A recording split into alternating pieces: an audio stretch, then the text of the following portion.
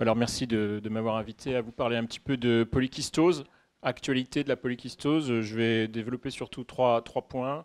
Un peu de génétique, un tout petit peu de physiopathologie, et puis un peu de thérapeutique, puisqu'on est quand même à un tournant dans cette maladie qui, pendant de nombreuses années, n'a pas eu de traitement disponible. Alors je vous rappelle l'histoire naturelle de cette pathologie. Qui débute en fait in utero, avec des kystes qui sont déjà présents et qui vont tout le long de la vie progressivement grossir et prendre donc ici la forme qu'on peut voir sur ces reins terminaux avec une compression des zones saines du rein donc, et une perte de fonction rénale sur sa phase terminale et l'issue étant bien sûr ensuite la dialyse.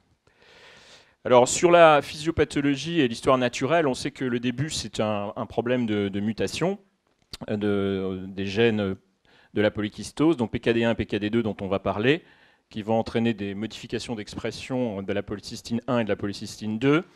Ensuite, il y a un certain nombre de mécanismes qui ne sont pas tous totalement bien décrits, qui vont faire qu'en fait, les cellules vont changer de phénotype, en particulier croître dans une direction qui n'est pas normale, vont avoir des modifications des flux, en particulier des flux hydriques, et vont aussi changer de forme.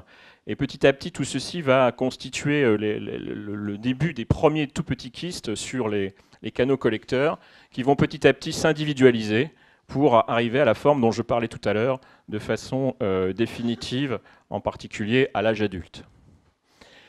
Alors ce qui est intéressant à cette pathologie, et ce qui a préoccupé beaucoup un certain nombre d'équipes de recherche, c'est d'essayer de décrire la variabilité individuelle dans cette pathologie, parce qu'il y avait 2 gènes décrits, point, et ensuite on voyait très bien que dans la vie de tous les jours, un certain nombre de patients arrivent en insuffisance rénale terminale vers l'âge de 50 ans, et d'autres vont très bien jusqu'à 75 ans avec simplement quelques kystes.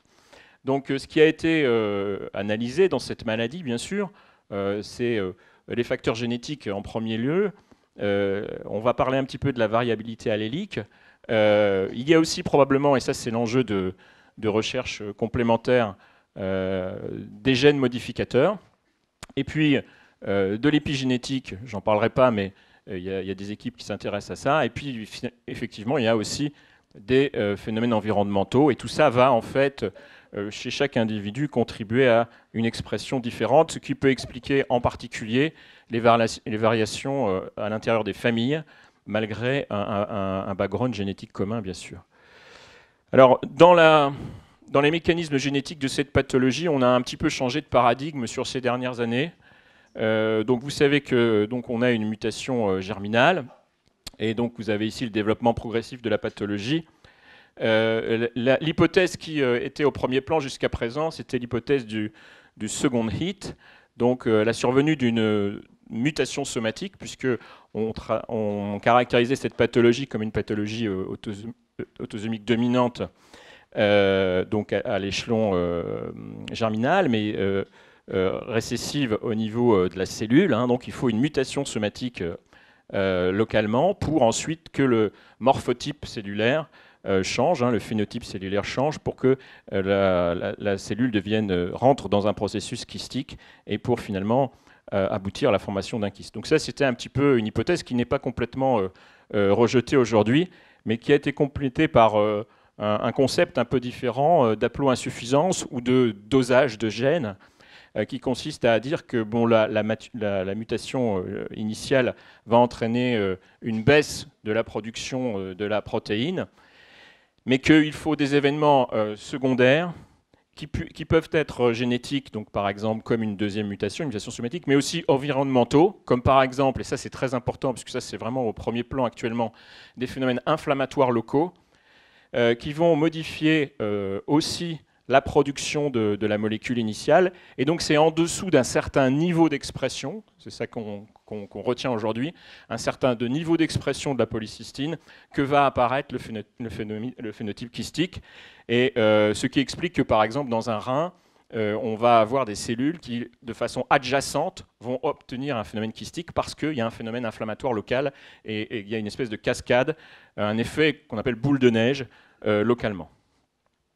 Alors, deux gènes décrits, le PKD1, donc, qui est ce gène ici, de 46 ici, exon. C'est un gène qui a une particularité qui rend son analyse très compliquée, c'est l'existence dans les premiers domaines de pseudogènes, donc qui rend son analyse très compliquée. Alors ce gène, en fait, vous avez ici, je vous ai représenté les mutations qui sont décrites à ce jour.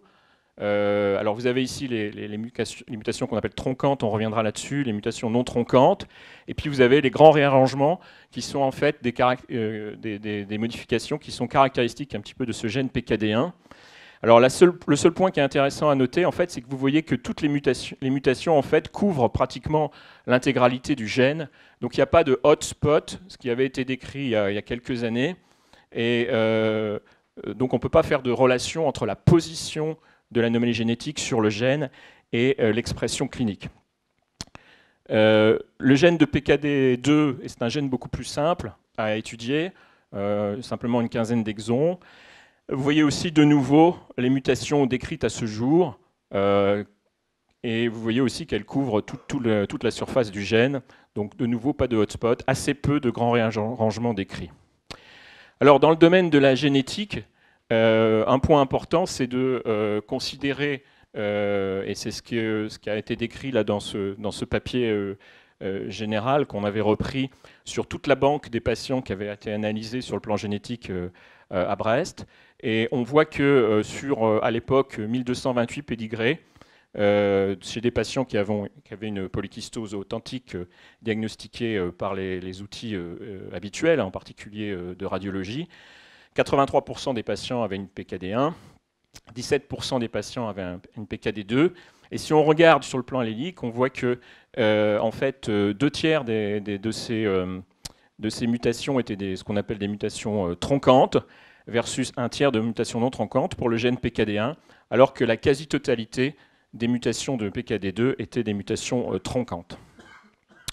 Donc avec peu ou pas du tout, ou très peu d'expression, probablement, de la polycystine dans ce cas. Alors ce qui est intéressant, c'est que finalement, on a montré que cette classification, cette variabilité allélique avait un impact sur la présentation clinique de la maladie, et en particulier sur quelque chose qui est très important, c'est-à-dire l'âge à la survenue de l'insuffisance rénale terminale.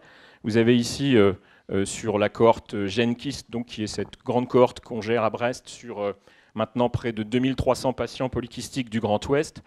Vous avez ici l'évolutivité de la maladie en fonction de la mutation et du type de mutation, donc du gène et du type de mutation. Donc vous avez ici la courbe en bleu des patients qui vont bien, qui ont pour la plupart un âge d'insuffisance rénale terminale très tardif ou qui ne vont même pas évoluer vers l'insuffisance rénale terminale, ce sont les PKD2.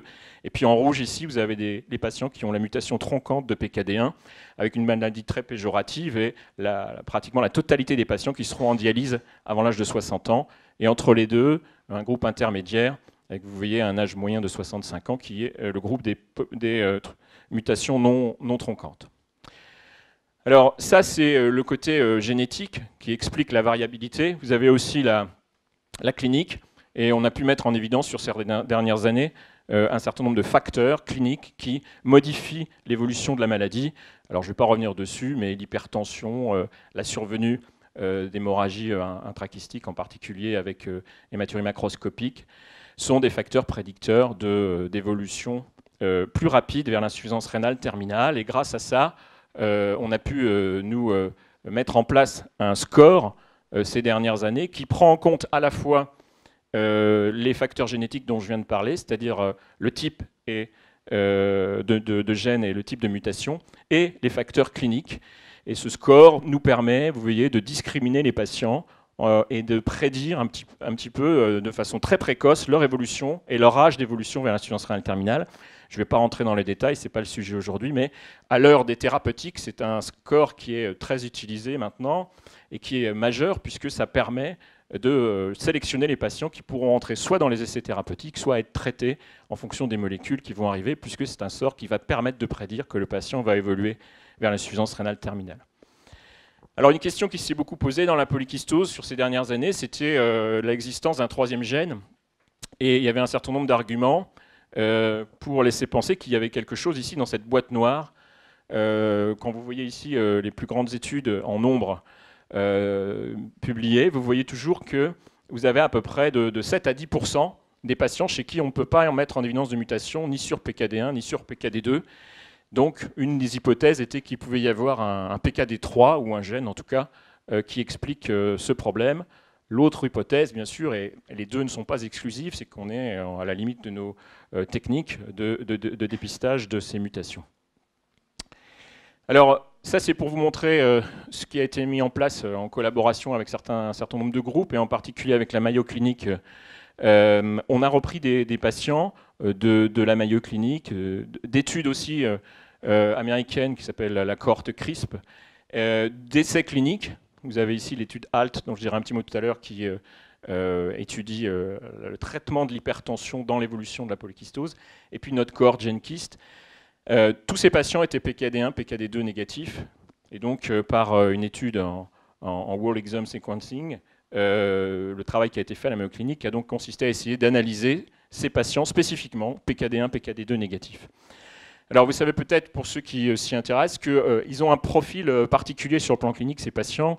Ils ont une maladie en général assez modérée, et puis des choses assez discordantes, c'est-à-dire des patients qui peuvent avoir par exemple des gros kystes, et un volume kystique relativement important, et une fonction rénale qui reste normale très longtemps, ou alors des maladies qui sont très peu évolutives sur la vie, avec des volumes kystiques qui restent modérés. Donc il y a vraiment ils n'ont pas le profil type d'un PKD1 en particulier, et encore moins d'un PKD1 tronquant. Alors, ce travail a permis de mettre en évidence un premier candidat qui s'appelle Ganab. Ganab qui, en fait, est un gène qui code pour une enzyme, la glucosidose 2-alpha, et en fait, vous connaissez probablement cette enzyme, puisque le glucosidose 2-bêta, c'est le gène qui code pour la polykystose hépatique. Alors, bon, je ne sais pas si vous voyez très bien, parce que c'est un petit peu surexposé en lumière, là, mais en fait, voilà les morphotypes de ces patients. Donc, c'était encore une fois je vous ai mis ici deux exemples, c'était encore une fois des présentations cliniques assez particulières, avec des maladies très modérées. Vous voyez, peu de kystes, mais ici par exemple des gros kystes, et puis quelques kystes hépatiques, donc encore une fois une polykystose hépato-rénale, mais de présentation particulière. Donc vous voyez ici une famille avec le père et la fille, et donc l'analyse a rendu comme résultat la possibilité donc, du gène de Ganab pour être donc un gène candidat pour expliquer cette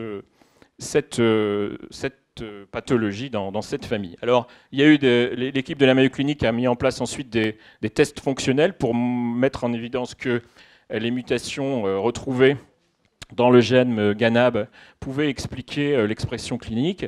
Et donc, ils ont pu montrer sur des tests fonctionnels à partir de cellules Ganab =, qu'il y avait une baisse de l'expression de la forme mature de la polycystine 1, qu'il y avait une baisse de l'expression au niveau du cil des polycystines, et puis surtout donc sur ce travail, alors là je pense que vous voyez rien, mais on voit que sur la cellule, ici vous avez une expression à la surface de la polycystine 1, pour les cellules Ganab =, ben, il n'y a pas d'expression. Si on réintroduit le gène Ganab, on voit qu'on fait réapparaître, enfin là vous ne voyez pas, l'expression à la surface, et si on par un plasmide, si on introduit le gène muté qui correspond à la mutation de la famille en question, eh bien de nouveau l'expression disparaît. Voilà, donc un premier gène candidat pour PKD3, et il y en aura probablement d'autres, puisqu'on ne va pas tout expliquer de cette boîte noire, et ça a probablement un intérêt très important, en particulier sur le plan thérapeutique, car il est clair que ces gens-là, probablement, ne doivent pas prétendre au traitement de la polykystose PKD1, PKD2, et très probablement ont des formes d'évolution qui sont différentes. Alors, je ne vais pas rentrer dans ces détails, j'en ai parlé un petit peu tout à l'heure, je vais passer celle-là. Deux petits mots sur la physiopathologie actuelle, comment on la voit à peu près, de la polykystose. Finalement, ça n'a pas beaucoup changé sur ces dernières années, si ce n'est que les voies d'activation ont été, et tous les pathways à l'intérieur de la cellule ont été plus décrits. Donc la maladie elle est toujours considérée comme un problème de calcium. Donc vous avez ici la polycystine 1 et la polycystine 2 qui sont situées sur la surface du cil. Donc c'est une ciliopathie, on reviendra un petit peu dessus. Polycystine 1 est actuellement considéré comme un espèce de mécanorécepteur donc, qui est fixé sur le cil et qui prend un message des influx à l'intérieur donc, du flux. Polycystine 2 est considéré plus comme un canal calcique et donc l'interaction entre les deux va résulter donc, dans des modifications de l'influx calcique ici.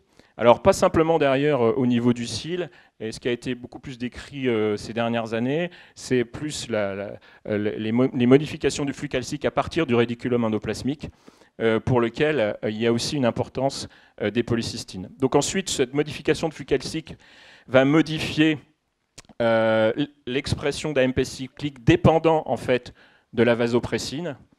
Et ensuite, cette modification de l'AMP cyclique va activer un certain nombre de voies, dont principalement PKA, qui va, on le verra tout à l'heure, l'ensemble des signaux qui vont être sous-jacents, va conduire à des modifications de la tubulogénèse, l'augmentation des flux par l'intermédiaire des aquaporines, et la prolifération, surtout, très important, toutes les voies de prolifération qui vont entraîner le phénotype kystique.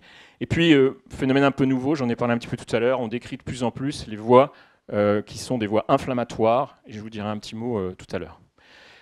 Alors, j'ai dit une ciliopathie, alors moi je ne suis pas du tout un spécialiste du cil, mais en fait finalement, pas si simple, alors là ça m'a fait disparaître mon schéma, peu importe, pas si simple, puisqu'en fait, donc, vous savez qu'on est de plus en plus précis dans la description de ce cil primaire, avec ses fonctions de transport cellulaire de l'intérieur de la cellule vers l'extérieur et vice-versa, avec un certain nombre de transporteurs. Vous avez ici la polycystine 1 et la polycystine 2 qui sont localisés ici sur le cil. Eh bien, en définitive, ce n'est pas si simple, puisque en fait, c'est une ciliopathie particulière, puisque quand sur des modèles animaux, on va supprimer l'expression de la polycystine et dans le même temps supprimer la fonctionnalité du cil, eh bien, finalement, on a une maladie qui est modérée, ou plus faible, voire même qui n'apparaît pas. C'est-à-dire que c'est un phénomène beaucoup plus complexe que ce qu'on peut imaginer. Donc en fait, on a besoin d'un cil opérationnel pour que la polykystose s'exprime. Alors voilà un petit peu où on en est maintenant sur les voies. Donc pour ceux qui sont spécialistes de la ciliopathie ici, j'étais à l'American Society of Nephrology là, cette année. Je suis allé à une session sur la ciliopathie.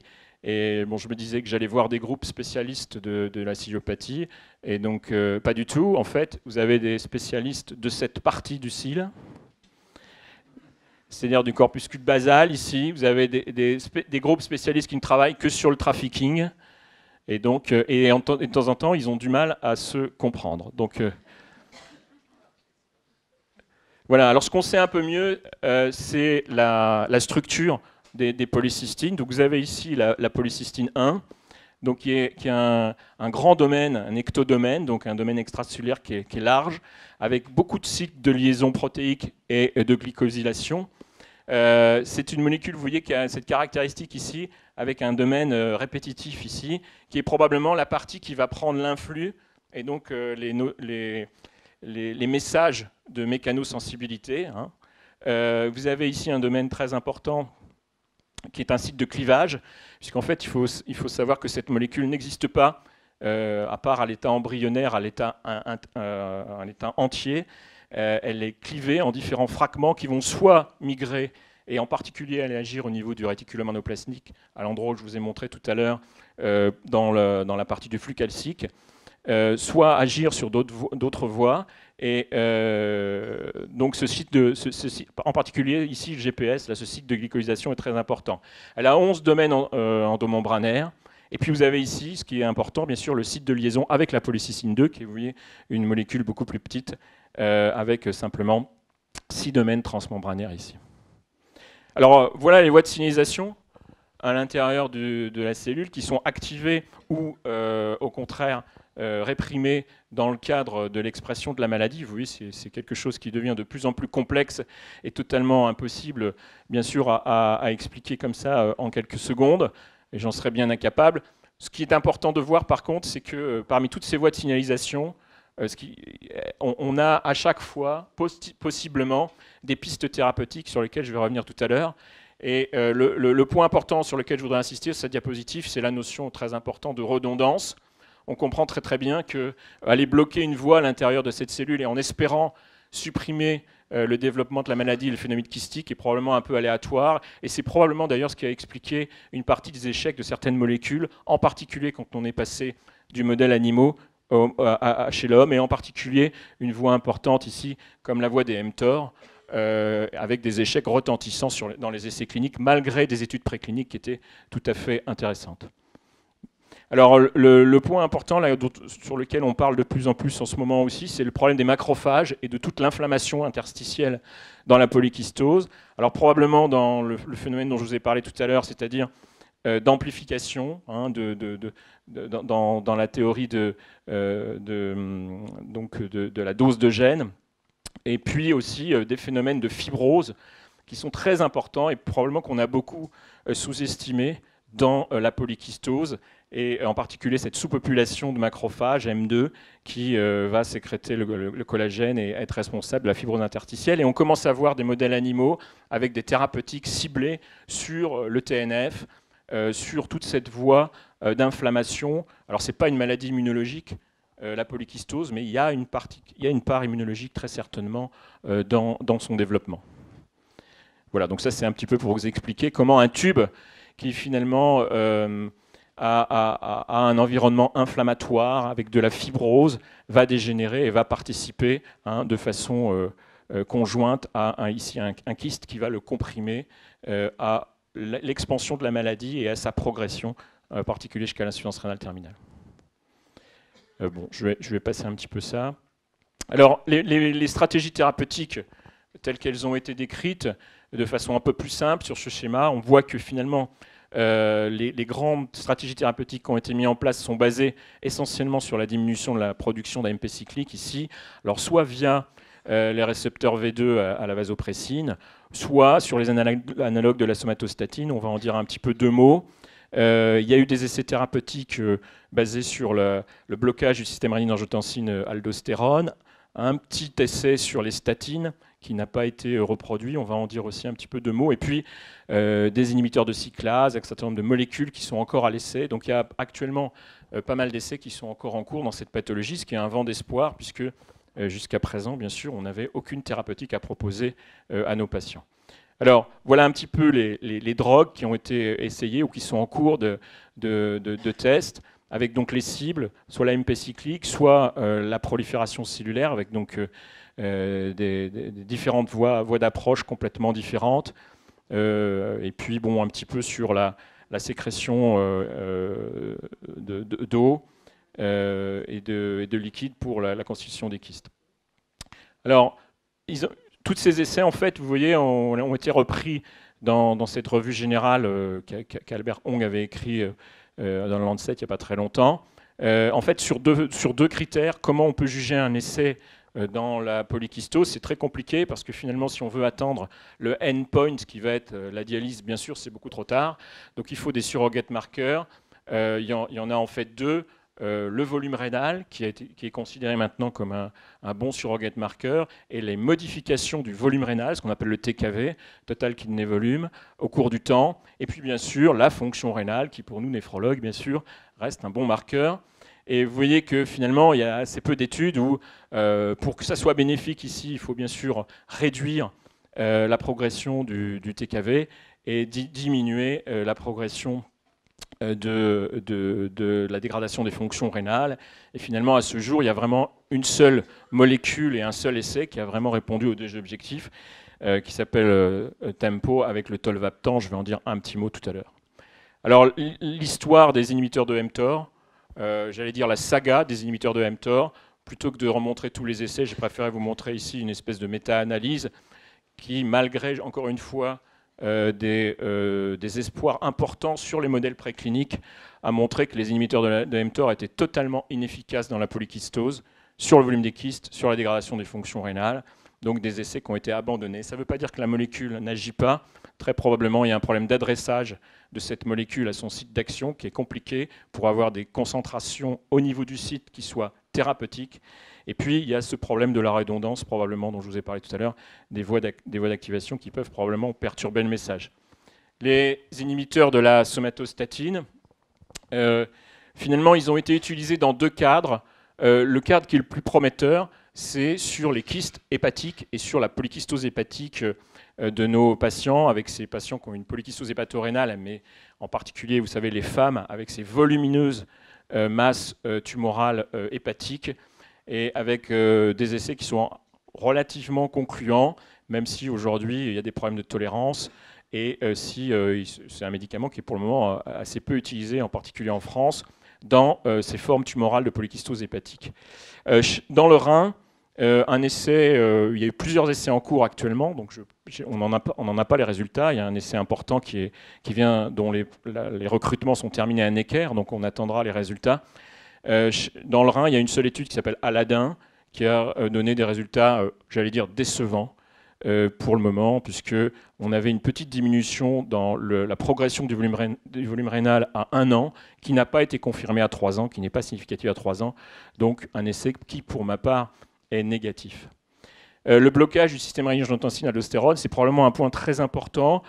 Tout le monde pensait intuitivement qu'il fallait le faire. Il y a des tas de raisons pour penser qu'il faut bloquer le système rénine-angiotensine dans la polykystose, en particulier parce que le système est activé essentiellement par la compression des vaisseaux par les kystes. Et il y a eu un grand essai qui a définitivement prouvé dans le New England en 2014 la véracité de tout ceci, avec des contrôles de pression artérielle importants par des inhibiteurs, soit des antirécepteurs d'angiotensine 2, soit des ACE inhibiteurs. Et le endpoint ici, c'était la modification du volume rénal. Et donc pour aller vite et pour résumer cette étude, le contrôle de la pression artérielle par ces médicaments permet la réduction de la progression du volume rénal au cours du temps. Ça, c'est une étude qui a été faite là, vous voyez, avec des reculs sur 3 ans, mais avec des reculs sur 5 ans ici. Par contre, le résultat décevant, c'est que cette modification de la progression du volume rénal n'a pas eu d'impact sur la période considérée, sur les malades inclus dans cet essai, sur la dégradation des fonctions rénales, avec pas de différence entre le contrôle intensif de la pression artérielle versus un contrôle standard. Néanmoins, donc, un message positif sur le volume rénal. Les statines dans la polykystose, un seul essai pédiatrique, que vous connaissez donc pour certains probablement mieux que moi, placebo versus pravastatine, 110 patients pédiatriques âgés de 8 à 22 ans à la fin de l'étude, 3 ans d'évolution, un critère primaire qui est la modification du volume rénal et une petite impression positive avec un P voilà, qui tombe bien comme il faut sur le volume rénal. Le mode d'action n'est pas très clair. L'essai est bon, concluant sans plus. Ça nécessite bien sûr plus de preuves pour qu'on se lance là-dedans. Mais enfin, le médicament est facile à utiliser. Ça, au moins, c'est quelque chose de sûr et il est déjà disponible. Alors, pour terminer, le tolvaptan, l'histoire du tolvaptan, donc ce grand essai TEMPO qui a été mis en place donc, pendant 3 ans, hein, avec donc une escalade de doses jusqu'à arriver à la dose de 90 mg le matin, 30 le soir, chez des patients qui avaient déjà une maladie évolutive, hein, puisque c'est des patients sélectionnés qui avaient un volume rénal important, mais à l'entrée dans l'essai, une fonction rénale qui était encore correcte, à plus de 60 minutes par minute, et donc un essai randomisé versus placebo. Donc 1445 patients, hein, vous connaissez toutes et tous les résultats, on peut les résumer de cette façon très simple. Hein. Un effet sur le volume rénal avec une baisse de 49% de la progression du volume rénal, et puis un effet positif sur la fonction rénale avec moins de 26% de progression, même si, quand on regarde ce que ça veut dire une différence de 1 millilitre par minute et par an entre le placebo et la molécule, ce qui effectivement peut paraître peu important, mais c'est déjà ça, et en tout cas, ça a permis d'obtenir l'AMM européenne. Et donc ce médicament est actuellement disponible en pharmacie et nous commençons à traiter les premiers patients. Donc c'est un message d'espoir. Je vous ai montré beaucoup de voies possibles pour les traitements. Il y a encore beaucoup d'essais en cours avec différents de ces différents médicaments.